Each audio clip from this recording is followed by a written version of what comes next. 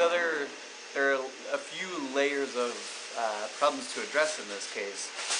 I would start with the ABCs, making sure that this patient's immediate needs were addressed. It sounds like there are some threats to the airway.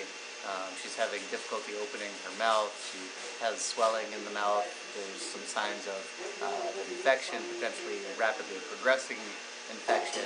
So an airway assessment needs to be done to make sure the patient doesn't need immediate airway intervention. If you deem that necessary, so if you think the patient has blood-brain angina, something that would need such an intervention, if you need to intervene right then, that would be one option. But it seems like this patient has enough time to get to a next level of care. So the first step is making sure that the airway is properly assessed. If you say patient needs an airway intervention within the next 10-20 minutes, I would call 911 and get the patient to the emergency department, and also let the providers there know what's coming. Let either EMS and or the emergency providers know what's coming. You probably would have a good relationship with your local ENT, who would likely need to be involved, so giving a call to them would be the right thing to do as well. But the most important thing is getting that patient to someone who can intervene on their airway if deemed necessary.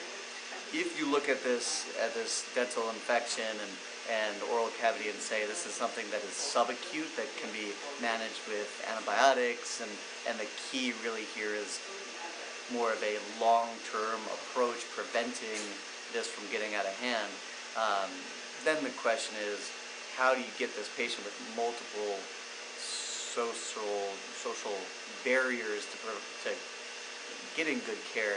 How do you give her that good care? That's more tricky.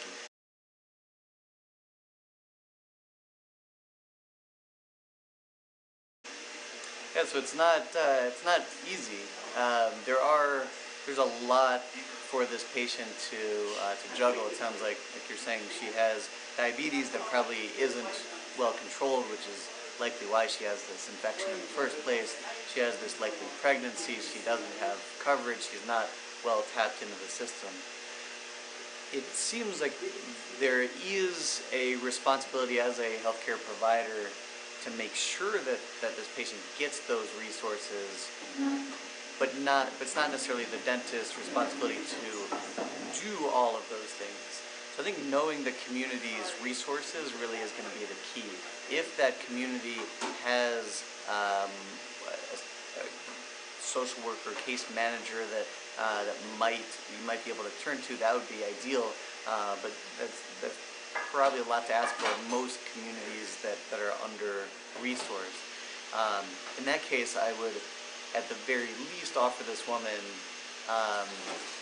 the information to get what she needs. So she needs, like you're saying, a few things. One is some sort of primary care that will focus on her underlying medical issues, especially the diabetes. So whether it's a free clinic, low-cost clinic, or a relationship that you've built with primary care providers who you've had a reciprocal relationship with, who have said to you, if your patients really need primary care, we're happy to do some pro bono work.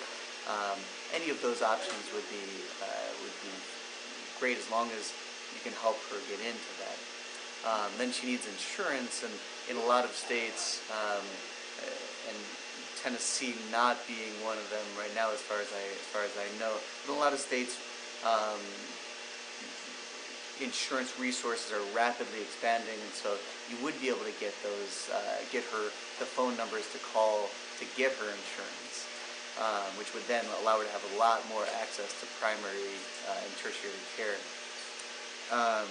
And then the third thing is the social support. It sounds like she is in a vulnerable social place in her life, and so I would really make sure that she has somebody in her life that she can turn to talk with about the pregnancy and really managing the various challenges of her life.